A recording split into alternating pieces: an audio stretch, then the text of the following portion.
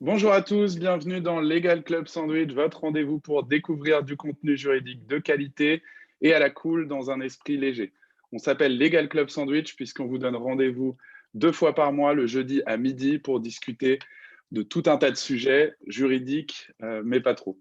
Et donc moi, je suis Thibaut Caoudal, je suis cofondateur de Liway, qui est une Legal Tech qui aide les directions juridiques à maîtriser les risques juridiques et financiers en suivant leurs contrats de manière efficace. Voilà. Et pour mener à bien cette émission, je suis accompagné de mes 2 chroniqueurs préférés.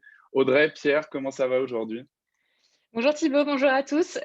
Très contente d'être avec vous tous, comme chaque fois.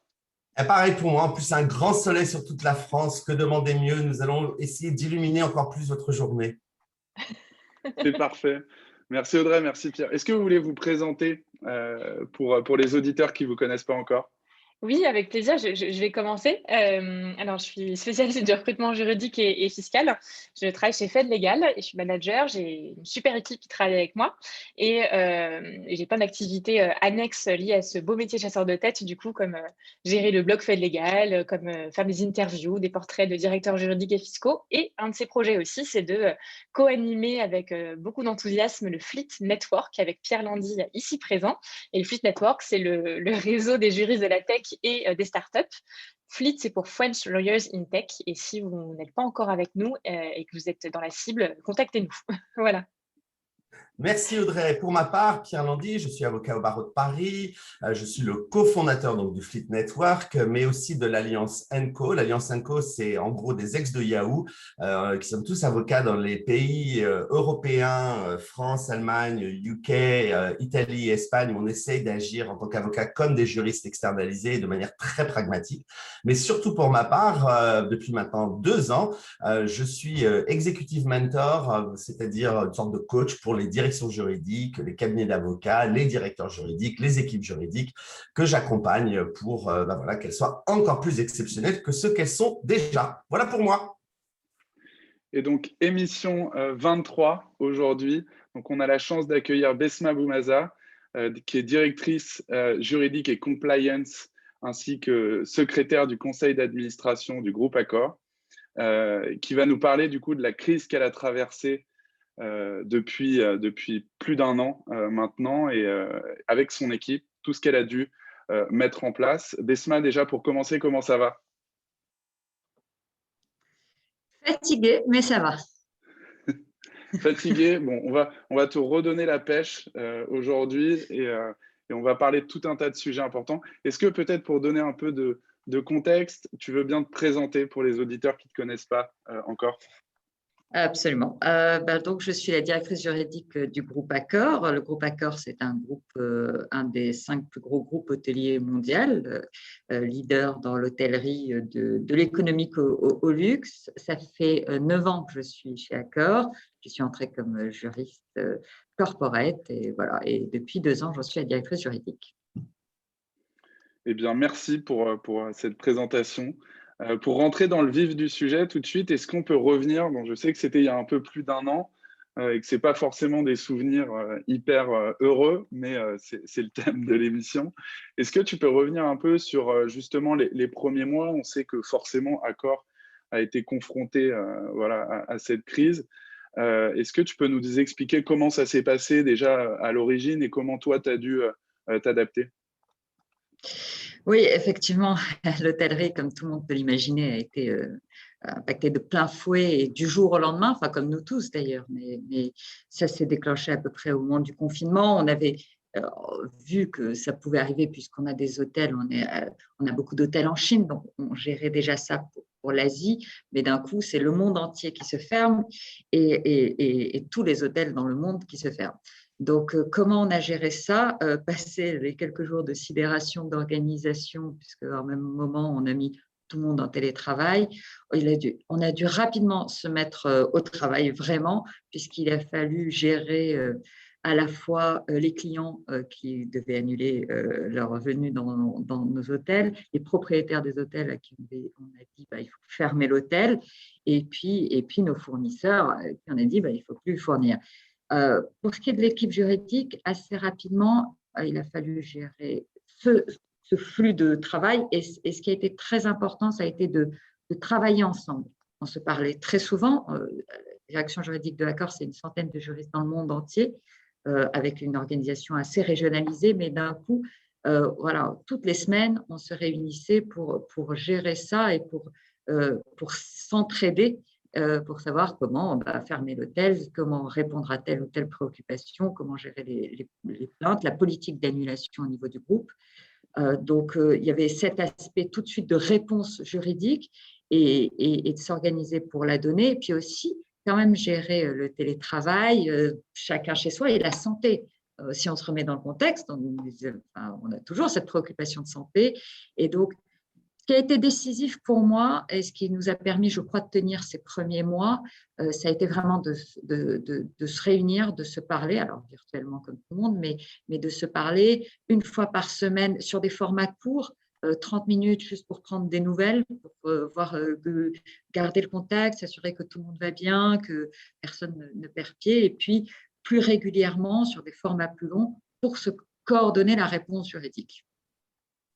Et dis-moi, Besma, pardon, je suis le premier, Dis-moi, Besma, est-ce que ça s'est passé comme un tsunami, c'est-à-dire, on se souvient tous, ce week-end de folie, c'est le vendredi, les restaurants, et puis quelques jours plus tard, le confinement, tu vois, ça s'est joué sur 3-4 jours, hein. J'ai plus la date en tête, mais je sais qu'avec Audrey, on avait fait un rendez-vous du Fleet Network, mais genre 2 jours avant que ça commence, donc on était 60, c'était la fête.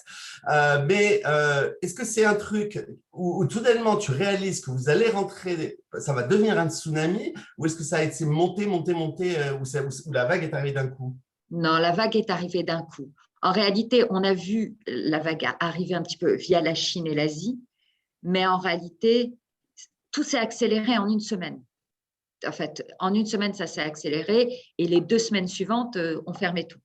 Donc, non, ça a été réellement une vague. Et si on prend un exemple, l'annulation, l'annulation, c'était du jour au lendemain, ce qu'on appelle les guests annulaient leur venue, ne pouvaient plus voyager, ne pouvaient plus rien faire et n'allaient pas dans nos hôtels. Et donc, d'un coup, il a fallu se coordonner, se dire quelle est la réponse qu'on donne.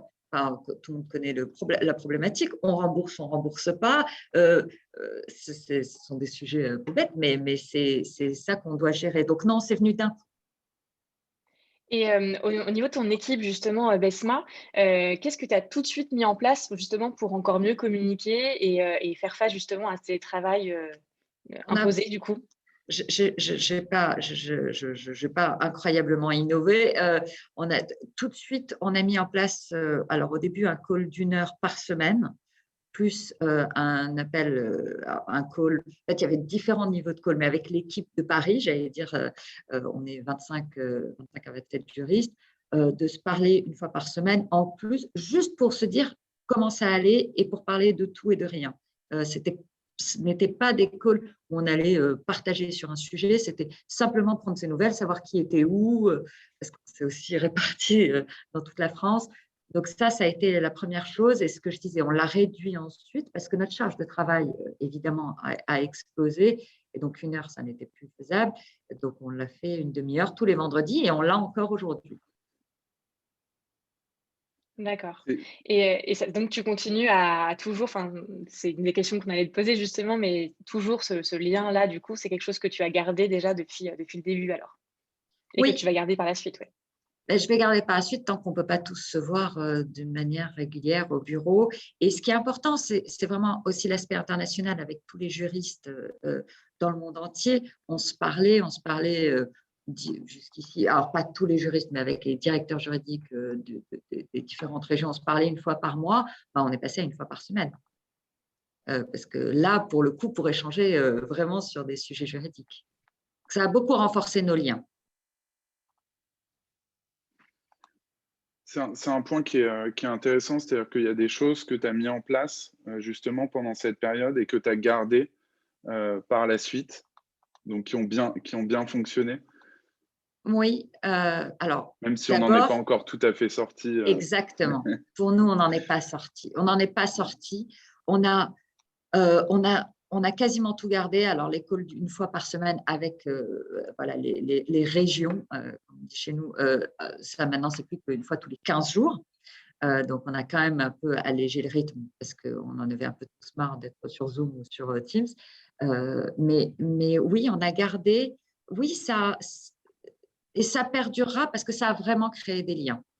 Ça nous a permis de se rendre compte que on avait besoin de se parler, d'échanger, et qu'en fait, on y gagnait. Et à la limite, on échange plus aujourd'hui que quand on était physiquement là. Parce que finalement, donc, est-ce que je vais garder ce petit checkpoint une fois par semaine? Oui, moi, je compte bien le garder. Alors, de toute façon, nous, on est en télétravail. Donc, Ce qui est intéressant, ce que tu dis, parce qu'il y a beaucoup de… Normaliser rapidement. C'est intéressant ce que tu dis, Esma, parce que justement, sur le retour moi, de certains directeurs juridiques, il y en a qui veulent absolument, du coup, évidemment, revoir toutes leurs équipes, et ce qui se comprend tout à fait. Et ce que tu dis, c'est que malgré la distance, en fait, vous avez réussi à créer du lien en fait, différemment et à être sans doute encore plus efficace sur certains aspects, justement. Donc ça, c'est vraiment intéressant aussi à avoir en tête, je pense. Je ne sais pas ce que tu en penses. Ouais, je dis pas que c'est parfait, hein. Il faut évidemment faire attention à des personnes qui peuvent se sentir isolées, qui en ont marre. On essaye d'adapter la réponse. Nous, on a un protocole très strict, hein, au siège, donc on ne peut pas venir plus d'une fois par semaine. Mais j'essaye justement de demander aux uns et aux autres s'il y a des alertes, de demander des exceptions pour venir plus souvent. On n'arrête pas de demander des exceptions. Non, je suis persuadée qu'on ne reviendra pas à un mode où tout le monde sera au bureau 5 jours par semaine. À titre personnel, et je crois chacune des personnes dans l'équipe, a apprécié la flexibilité. En fait, c'est ça qui est sympa, c'est de pouvoir décider ce qu'on veut faire. Et ça, je crois qu'on n'y reviendra pas, et ça n'a pas nui à notre efficacité. Au contraire, vraiment, on se parle plus. Moi, je ne parlais pas aux 25 personnes de l'équipe toutes les semaines, forcément, entre nos rendez-vous et tout. Et là, au moins, il y a un moment, il peut y avoir des blancs, ce n'est pas forcément passionnant, mais au moins, on se voit virtuellement et on se parle. On a remarqué, Besma, en tout cas, pareil, moi, quand je travaille avec pas mal de directeurs juridiques, que pour beaucoup, le rôle du juridique a royalement, enfin, non pas qu'il ait changé, mais il a été mieux compris dans beaucoup d'entreprises. Et beaucoup d'entreprises ont réalisé qu'on n'était absolument pas, ce que nous tuons à dire pendant cette émission, des empêcheurs de tourner en rond ou des gens qui ne sont pas intéressés par le business, mais qu'au contraire, les directions juridiques pouvaient aider le business, pouvaient trouver des arguments juridiques pour aider face à telle négociation. Tu peut-être nous parler de la force majeure, ça a été un grand sujet pour beaucoup de directions juridiques dans les contrats, ou même tout ce qui a été la mise en place du temps partiel. Enfin, tu vois, ça a été soudainement, j'ai l'impression, en tout cas, je ne sais pas si c'est le cas chez vous, mais que dans beaucoup de directions juridiques, on a été redécouvert. Est-ce que tu dirais que c'est quelque chose que vous avez aussi ressenti? Alors, je le formulerai un peu différemment. Peut-être parce que je suis pas un peu prétentieuse, et je pense que chez Accor, on savait que les juristes étaient des business partners et il n'y avait pas besoin de ça. Je crois que ce que ça a remis au cœur un peu du business, c'est le contrat et le droit. En fait, moins que les juristes, c'est le droit. Quand on entend tout le monde parler de force majeure et qu'on est obligé de rappeler qu'en fait, ce n'est pas exactement ce qu'on pense à force majeure et qu'il faut arrêter de parler de force majeure. Enfin, nous, on a plutôt freiné en disant arrêtez de parler de force majeure parce qu'en fait, vous ne savez pas ce que c'est et ça ne va pas jouer en votre faveur, donc il ne faut pas le soulever.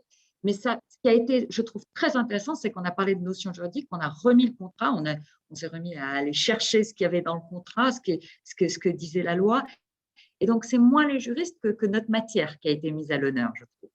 Et évidemment, par ce biais, nous également, mais évidemment, on était au centre des discussions. Mais ce qui est intéressant, c'est quand le droit va ailleurs, se propage. C'est ça que je trouve, moi, intéressant, pour notre rôle et pour l'entreprise en général. Et au-delà de… Vas-y Pierre, je t'en prie. Ok, non, je me disais, parce que vraiment le leadership des directeurs juridiques a été éprouvé pendant cette période, parce que clairement, je pense que si tu n'as pas un leadership exceptionnel pour entraîner une équipe que tu ne vois que virtuellement, etc., ça a dû être très compliqué. Il y a un peu eu deux écoles à ce moment-là sur est-ce qu'il faut faire du fun avec les équipes, est-ce qu'il faut faire des activités de rassemblement des équipes. Je sais qu'il y a des équipes que je connais qui ont fait des apéros ou de la cuisine ensemble derrière leurs ordinateurs, et d'autres qui ont dit au contraire, non, ça va peut-être suffire. Qu'est-ce que tu en penses, toi, Besma? On s'est posé la question, je me suis posé la question. Ça n'avait pas commencé comme du fun, c'était vraiment pour prendre voilà, des nouvelles, échanger. Il y avait aussi beaucoup d'informations. Ma ligne de conduite, ça a été surtout d'être très transparente. Les nouvelles n'étaient pas bonnes, hein, et on va se le dire, à un moment, la question qui pouvait se poser, c'est va-t-on survivre? Enfin, quand on a une activité qui, Accor a perdu 2 milliards en 2020. Enfin, on est… alors, il faut partager. J'ai la chance d'être dans une entreprise dans laquelle le PDG communiquait très souvent aux salariés, donc il y avait des messages et de façon très transparente, donc ça nous facilitait la tâche parce qu'il n'y avait pas cette idée qu'il fallait cacher. On suivait l'activité, le nombre de fermetures d'hôtels et d'ouvertures d'hôtels semaine par semaine. Donc, il y a eu… Le premier objectif, c'était d'avoir l'information, de ne pas laisser partir l'imagination et se dire mais qu'est-ce qui se passe? Donc, le premier objectif, on s'est posé la question d'avoir des trucs fun. Moi, je me suis beaucoup posé la question. La réalité, c'est que j'ai vu que l'équipe était tellement fatiguée par les calls, par les Zooms, par les réunions. On passait de 8h à 19h sur un écran à parler à d'autres gens. On l'a fait pour Noël. On a fait un quiz musical virtuel un soir, mais j'en ai eu envie. On essayait un petit peu, mais durant nos calls hebdomadaires. Mais la réalité, c'est que je trouvais que c'était du temps qui pouvait être gagné avec les personnes et moi, la première, avec notre famille, ou à se reposer plutôt que de prendre des extra hours pour s'amuser devant un écran avec l'équipe. Thibaut, je t'ai Ouais, coupé. vas-y, je t'en prie, Audrey. On va y arriver aujourd'hui. On a plein de questions pour toi, Besma.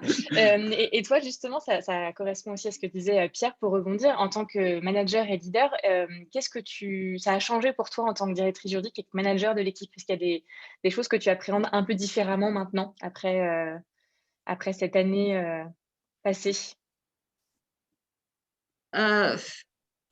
D'abord, le lien. En fait, on n'est rien sans l'équipe. Je crois que c'est la première chose. Moi, en tant que directrice juridique, ça a été ma bouée de sauvetage, ça a été ma colonne vertébrale, ça a été vers quoi je me suis tournée en me disant heureusement que… Et il y a des gens formidables dans cette équipe, c'est une équipe juridique incroyable, et ça a été la première chose. Pour moi, ça a été une aide. Personnellement, égoïstement, ça a été une aide énorme de pouvoir échanger. Ce que j'en ai retenu, je crois, c'est voilà, l'importance des liens, l'importance de la transparence, de l'honnêteté, de pouvoir se parler. Et j'espère qu'eux ressentent la même chose. Mais moi, ça m'a beaucoup aidé à me dire qu'en fait, finalement, le fantasme de l'information, je ne le pensais déjà pas, mais là, ça a complètement explosé, l'information qu'on ne partage pas. Quand on est en crise, en fait, tout ça est très dérisoire et on partage le plus possible et on est honnête et on dit ce qu'on pense et ce qu'on ressent. Ça ne sert à rien de faire semblant de dire tout va bien quand on a un coup de mou, qu'on est fatigué et qu'en fait, voilà, on se dit, eh ben, il faut le dire parce qu'en plus, d'autres gens vont nous remonter le moral. Enfin, on est ensemble, il n'y a pas une personne plus 20, on est tous ensemble sur un…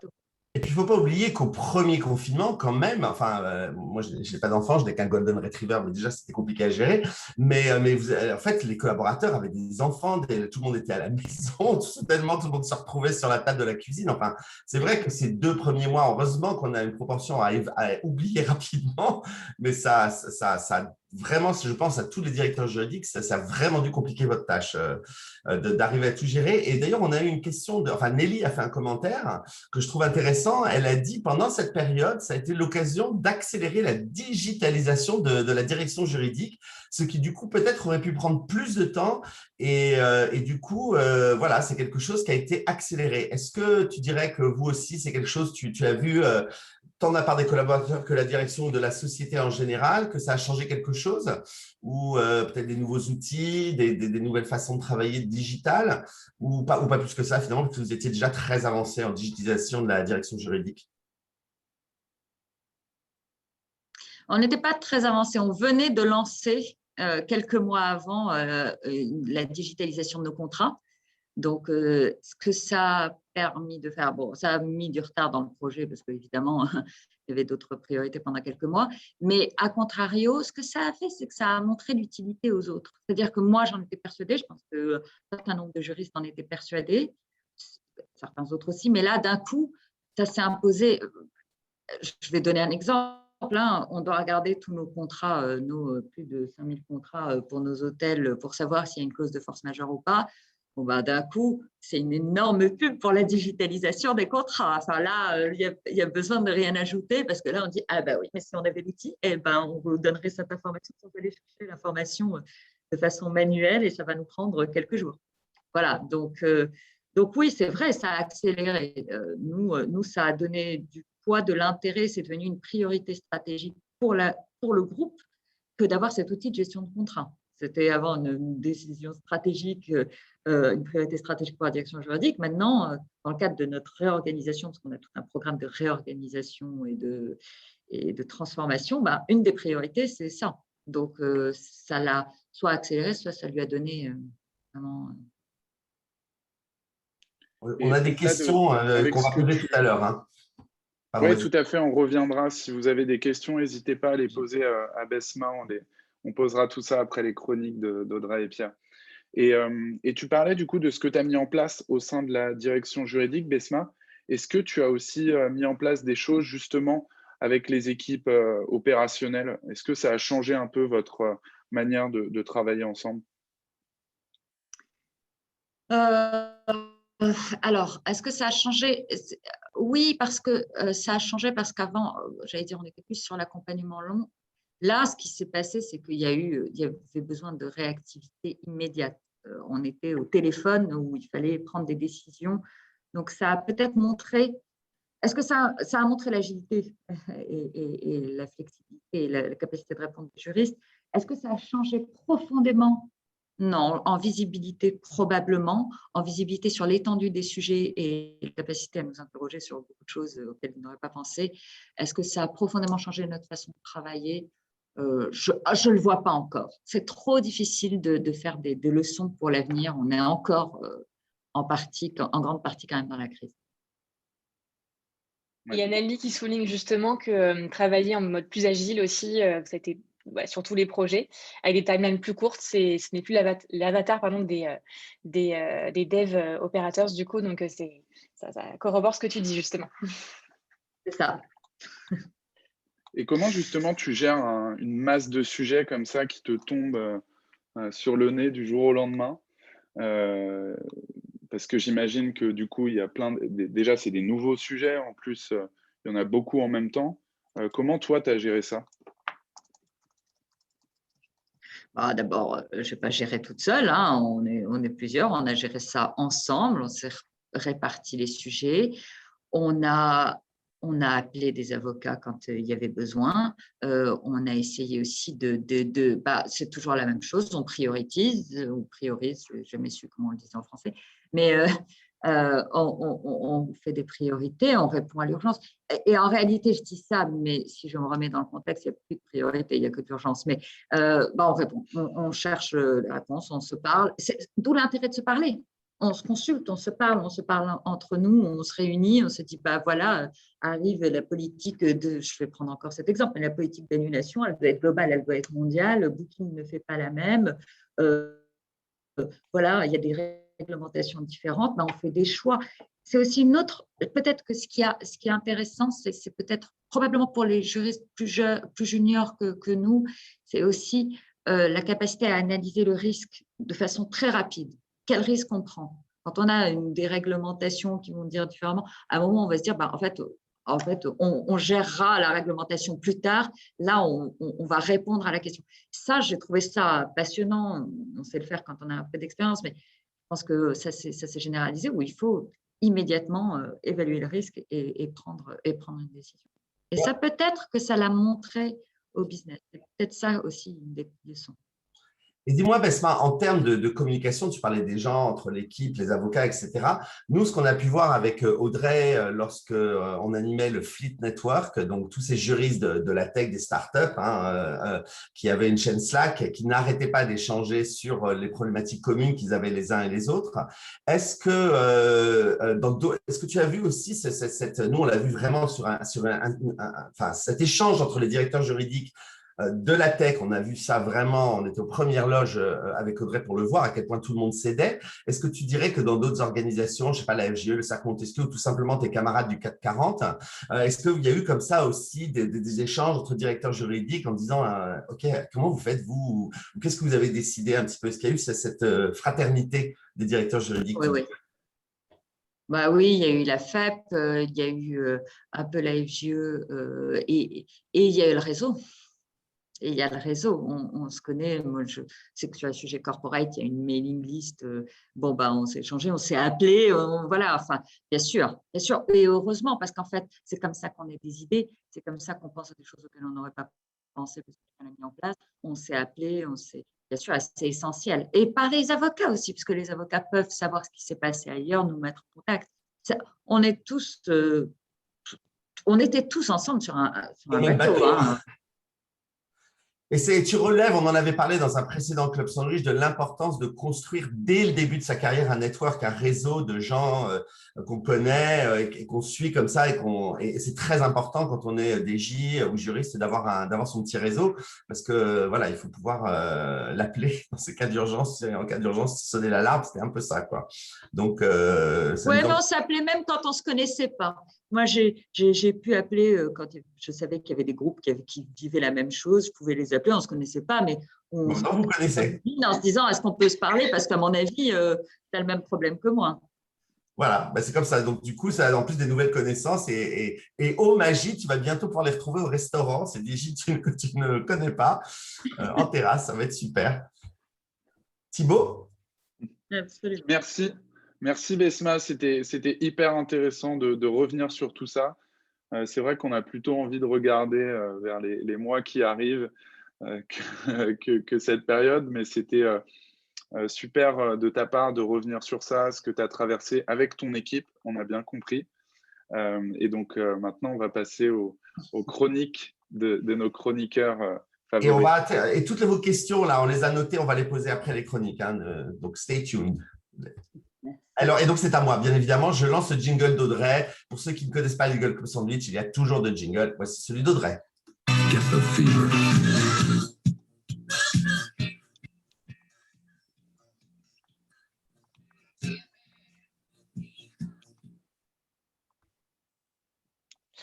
Merci Pierre.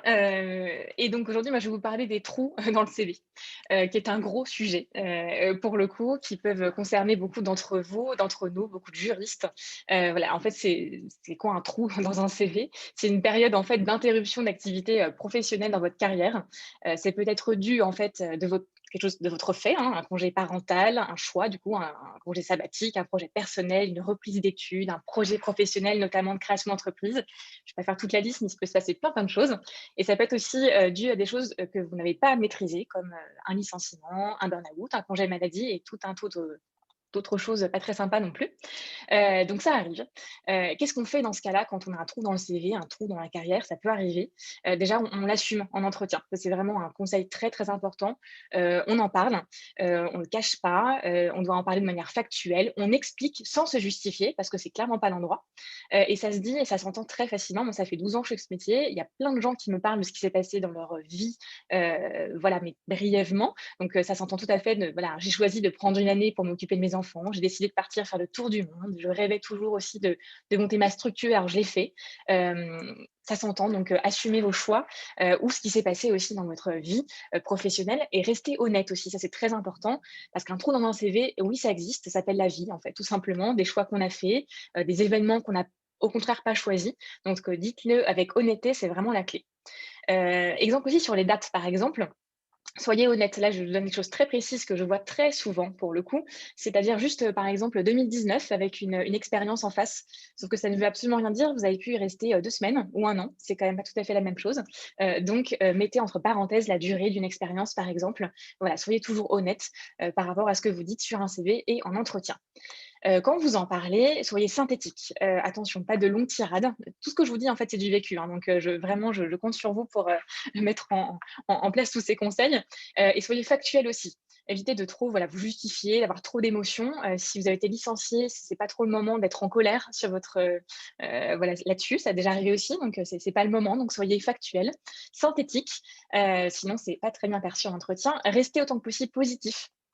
Voilà, là, je parle par exemple d'une expérience que vous avez eue, vous avez créé une société, ça n'a absolument pas marché, ça arrive à plein de gens, et ben dites-le et expliquez ce que ça vous a appris aussi et sur vous, sur la façon dont vous gérez les choses et ça a forcément appris des choses pour la suite.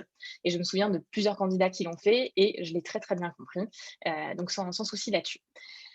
Qu'est-ce qu'il ne faut pas faire aussi? Très important, mentir. Alors ça, par contre, jamais, jamais, jamais, jamais, ne mentez jamais. Déjà parce que c'est pas bien de mentir, ça c'est une première chose et aussi parce que le monde du droit, il est tout petit, comme, vous le savez. Là, j'ai des exemples très précis à vous donner. On a pris une référence sur un candidat avec son accord, bien entendu et en fait, ce candidat, on l'a appris durant la référence, en fait, avait rajouté un 2e CDD, dans cette même structure, sauf qu'en fait, il est resté qu'une seule fois mais comme il y a eu un trou dans son CV, il s'est dit: «3 ans plus tard, je vais mettre que je suis resté en CDD, sauf que personne ne se souvenait de lui. Donc c'est quand même dommage. Et autre exemple aussi, un candidat avocat avait oublié de nous dire en fait qu'il était parti de son cabinet d'avocat depuis à peu près 1 an et demi. Donc c'est quand même dommage de mentir là-dessus, il vaut mieux être honnête et expliquer les choses. Et pareil aussi sur vraiment votre titre ou la qualité de votre contrat. Si vous étiez en CDD, en stage, pardon, ne mettez pas CDD. Vous toujours rester honnête en entretien, sur le CV également. Voilà. N'essayez pas de contourner le sujet, ça c'est aussi très, très important. Parce que de toute façon, s'il y a un trou dans votre CV, on va vous poser la question, c'est évident. Donc autant être le premier ou la première à en parler. Et comme le disait Rosemary Marcio, du coup, qui est la coach, qui était notre invitée dans la précédente émission, elle parle de mettre le poisson sur la table. Moi, je trouve que c'est aussi une bonne expression sur le trou dans le CV. C'est-à-dire, vous avez un trou dans le CV, et ben, soyez le premier à aborder le sujet et expliquer les choses tout de suite.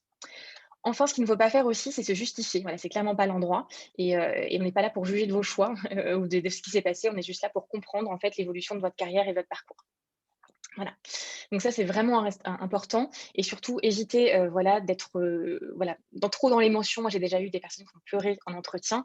On est dans de l'humain, c'est vrai, il y a des choses pas faciles qui sont arrivées. Mais on reste quand même dans un environnement professionnel, donc essayez autant que possible de rester là-dessus. Donc pour conclure, quand on a un trou dans son CV, soyez vraiment honnête, positif, factuel, assumez vos choix, expliquez aussi ces interruptions dans votre parcours, même celles que vous n'avez pas choisies. J'ai une citation, une fois n'est pas coutume, j'ai longuement cherché cette citation, j'en ai trouvé une qui parle de transparence justement. Donc c'est par transparence que l'on découvre des éléments de sa propre vie et que l'on apprend sur soi. C'est une citation de Wajdi Mouad, qui est écrivain et metteur en scène libano-canadien. Je vous la mettrai dans le chat. Et je trouve qu'elle est vraiment importante, cette citation, parce que quand c'est possible, montrez en quoi tous ces trous dans votre CV, en fait, vous ont appris des choses et vous avez ressorti quelque chose d'intéressant et important. Donc, essayez de mettre ça en avant. Et en plus de ça, la transparence, elle vous rend plus crédible encore et inspire confiance. C'est vraiment une recruteuse qui vous le dit, donc croyez-moi. À toi, Pierre. Merci Audrey, on enchaîne. We do.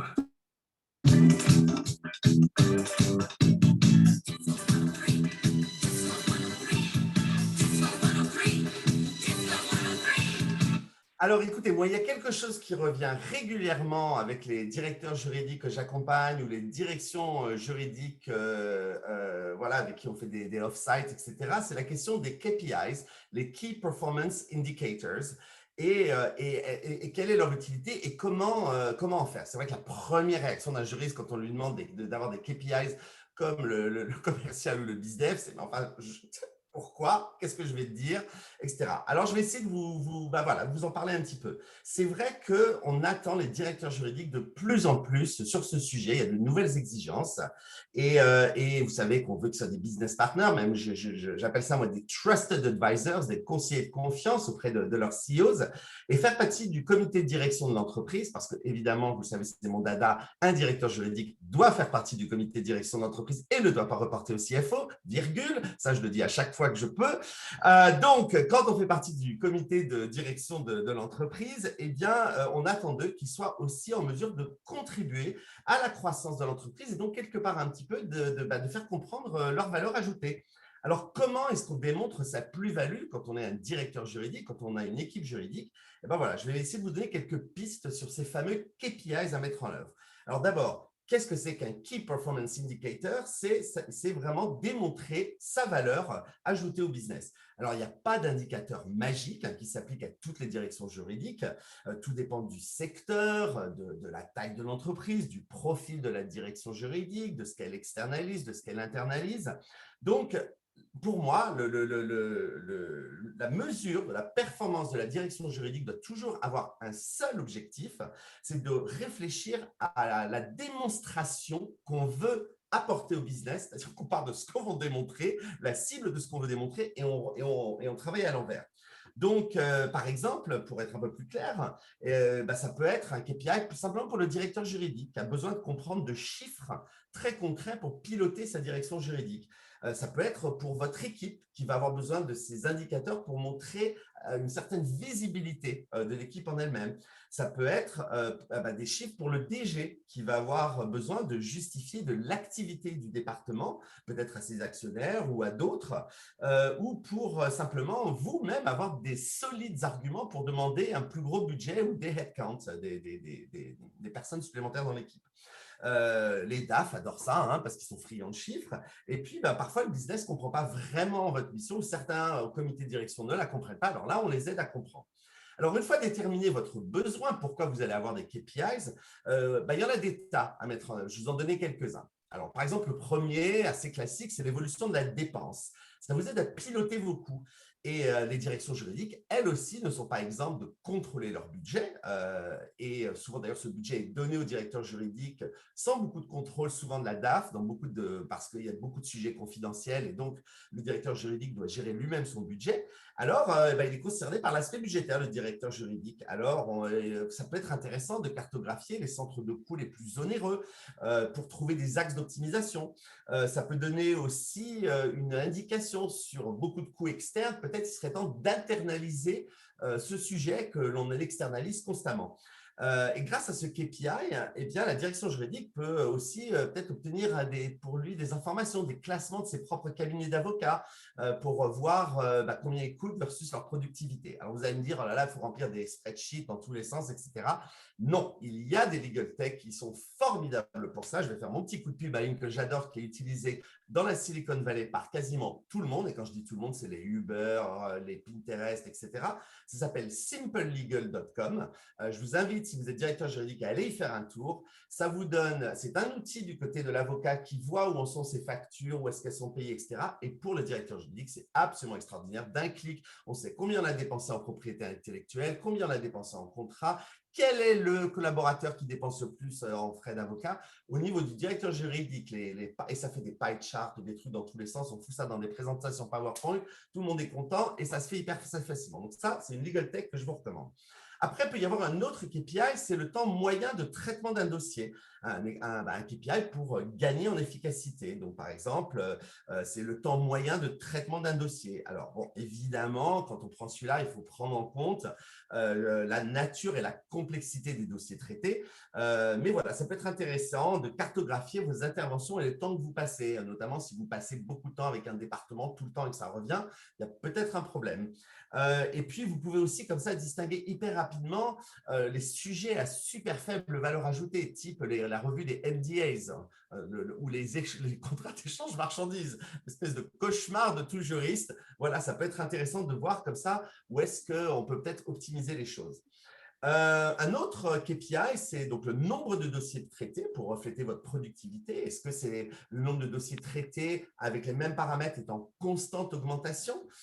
Et donc, vous êtes-vous organisé face à cet accroissement? Faut-il du coup outsourcer certaines tâches ou au contraire, il est urgentissime d'avoir des collaborateurs supplémentaires? Et donc, ça vous permet de vous donner des billes au moment de cette, de cette négociation budgétaire. Alors, si vous commencez à traiter un nombre croissant, tu vas rougir. Thibaut, tu vas m'empêcher de parler, mais je vais te faire de la pub.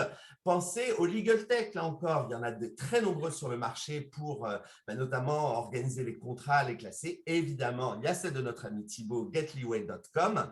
On ne va quand même pas ne pas parler de toi. Et voilà, et puis il y en a d'autres. Je ne sais pas si Alex est là aujourd'hui, mais il y a par exemple Equify pour gérer votre actionnariat salarié, une autre super legal tech. Il y en a plein comme ça qui existent. Pensez à ça, les legal tech sont en train de changer la fonction juridique et il faut amener vos entreprises à comprendre d'investir dans ces legal tech qui vont vous permettre de vraiment travailler sur les choses intéressantes. Un quatrième conseil, ça peut être le bilan annuel de l'activité juridique. Alors moi, je l'adore celui-là parce que ça permet, sans le montrer qu'on fait sa propre promo, de faire sa promo. Et donc, généralement, c'est un super moyen de faire une présentation au CEO des événements majeurs sur lesquels on a travaillé, des axes, par exemple, pour 2022. Est-ce que le CEO est d'accord qu'on va travailler sur ça?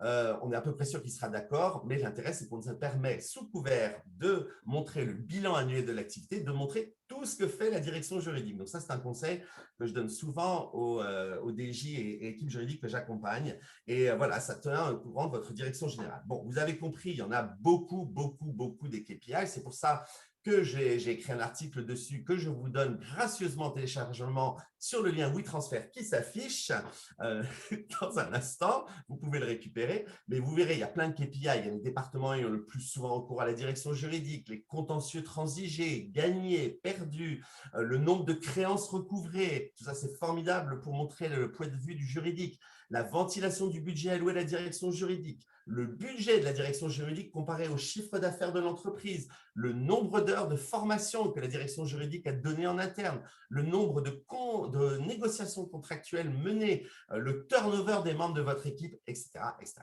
etc., etc. Il y en a des tonnes. En conclusion, je suis désolé, j'ai beaucoup parlé aujourd'hui. Pensez à utiliser les legal tech disponibles. Je l'ai dit, vous pouvez même envisager, soyez fous, de mettre en place un ticketing system pour le legal. Si vous voulez jusque-là, il y a Shakespeare qui propose ça. Le lien arrive. Vous pouvez, si ça vous paraît trop compliqué tout ça, faire appel à un legal ops et peut-être un legal ops externalisé. Alors là, pareil, elle est venue à Club Sandwich, donc c'est mon deuxième shout-out aujourd'hui. Allez voir Émilie. Émilie, qui est spécialiste des legal ops et qui a parlé dans un précédent rendez-vous et que vous pouvez aller voir. Je voudrais simplement finir sur un point excessivement important. Il ne faut pas que cet exercice se transforme à devenir des tâches de collecte d'informations sans fin au détriment du travail juridique. Il faut utiliser ces KPI pour faire briller la direction juridique pour les opérationnels, c'est parfois difficile d'appréhender le travail de la DG et ça doit vous aider. Et donc, comment mettre en lumière toutes les formations que vous faites, tout le travail que vous faites. Le KPI, c'est différent du reporting. Attention, ce n'est pas un outil de défiance envers les équipes, ce n'est pas du micromanagement, c'est un outil au service de l'équipe juridique. Soyez fiers de ce que vous accomplissez au quotidien, montrez-le et soyez fabulous. Voilà. Merci Pierre, merci Audrey, super chronique tous les deux. Peut-être pour commencer par la première question, donc on a une question de Stéphane, salut Stéphane, qui nous demande, lui, Besma, si toi tu as senti une réaction différente suivant les continents chez les juristes d'accord. Une réaction différente. De toute façon, ce n'est pas la même approche. On sait qu'il y a des différences d'approche juridique par région et par type de droit. Non, parce qu'en fait, non, parce qu'on a tous subi la même chose au même moment. Je crois que ça a éliminé pas mal de différences, notamment peut-être à la différence de l'Amérique du Sud qui a eu un petit peu de retard, et encore. D'accord, donc pas vraiment de disparité au final entre les pays Pas, Ça a été- pas dans ces circonstances. Il peut y en avoir de manière générale, mais pas dans ces circonstances. ouais. Ok, et donc lui, Stéphane précise là à l'instant, donc Asie et États-Unis, même réaction. Ouais. Oui. Ah, sur ce sujet de la gestion de crise, oui.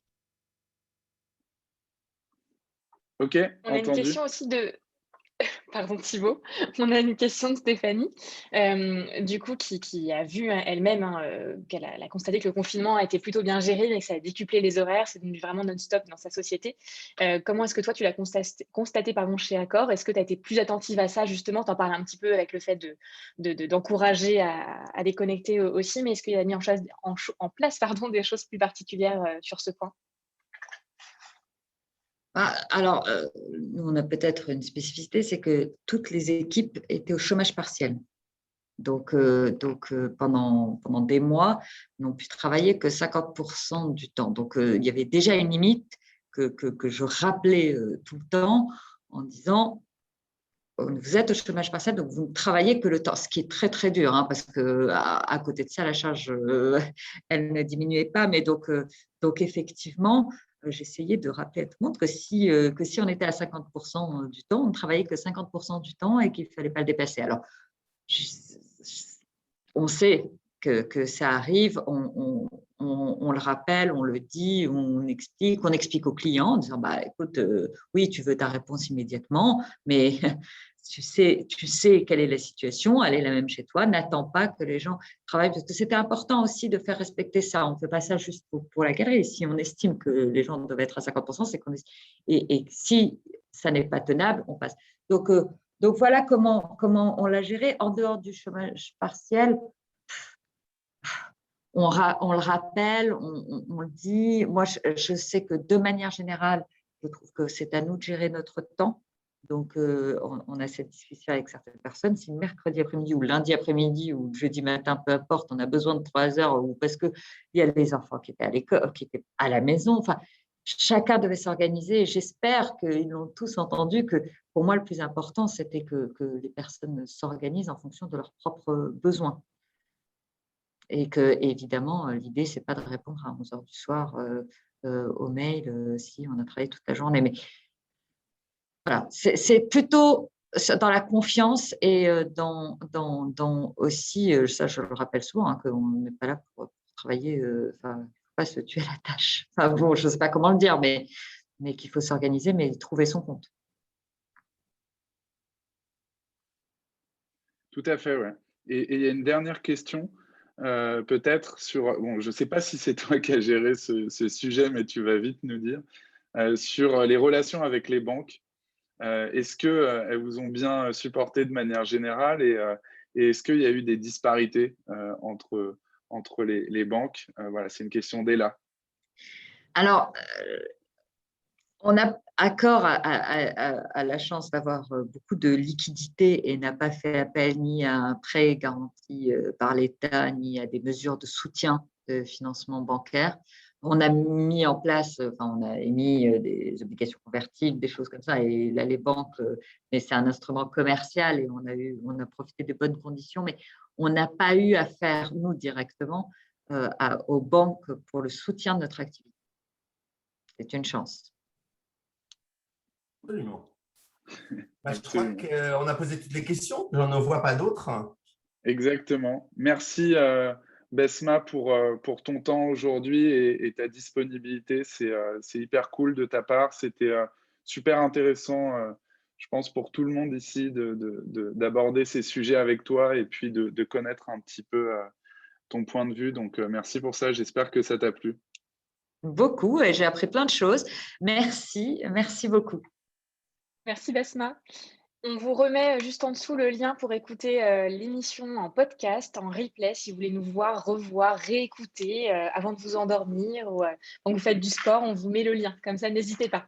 Et puis, tous les replays des 2 saisons sont maintenant disponibles sur notre site. Vous verrez, il y a 2 onglets. Donc, sur le site www.accor.fr www.club-sandwich.legal et vous pouvez nous revoir si vraiment vous ne trouvez pas de série intéressante sur Netflix, Disney+, ou Prime. Il y a nous, ça va vous occuper. Il y a 24 épisodes, donc voilà. Et la semaine prochaine, enfin dans 15 jours, Thibaut? Dans 15 jours, donc, on accueillera Charlotte de Mano Mano, qui est Head of Legal de cette entreprise du Next 40 qui connaît une croissance fulgurante, donc que vous connaissez sûrement. Donc Charlotte, on est ravis de l'accueillir et on a hâte d'être déjà dans 2 semaines. Absolument, il reste 3 numéros pour la saison 2. Charlotte est le prochain et on a près de 2 super invités, mais on ne vous les révèle pas encore, mystère. Mais vous les trouverez sur le site, on va bientôt les mettre. Voilà, et ben formidable, c'est à moi d'appuyer sur le jingle, je crois, Thibaut. Exact, Pierre. Merci Besma, merci à tous. Merci Besma, au revoir à tous, à dans 15 jours.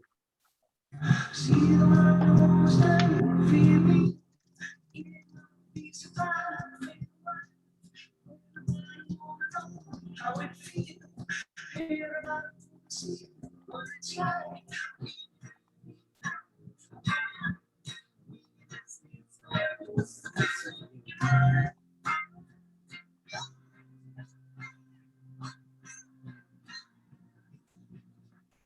Read my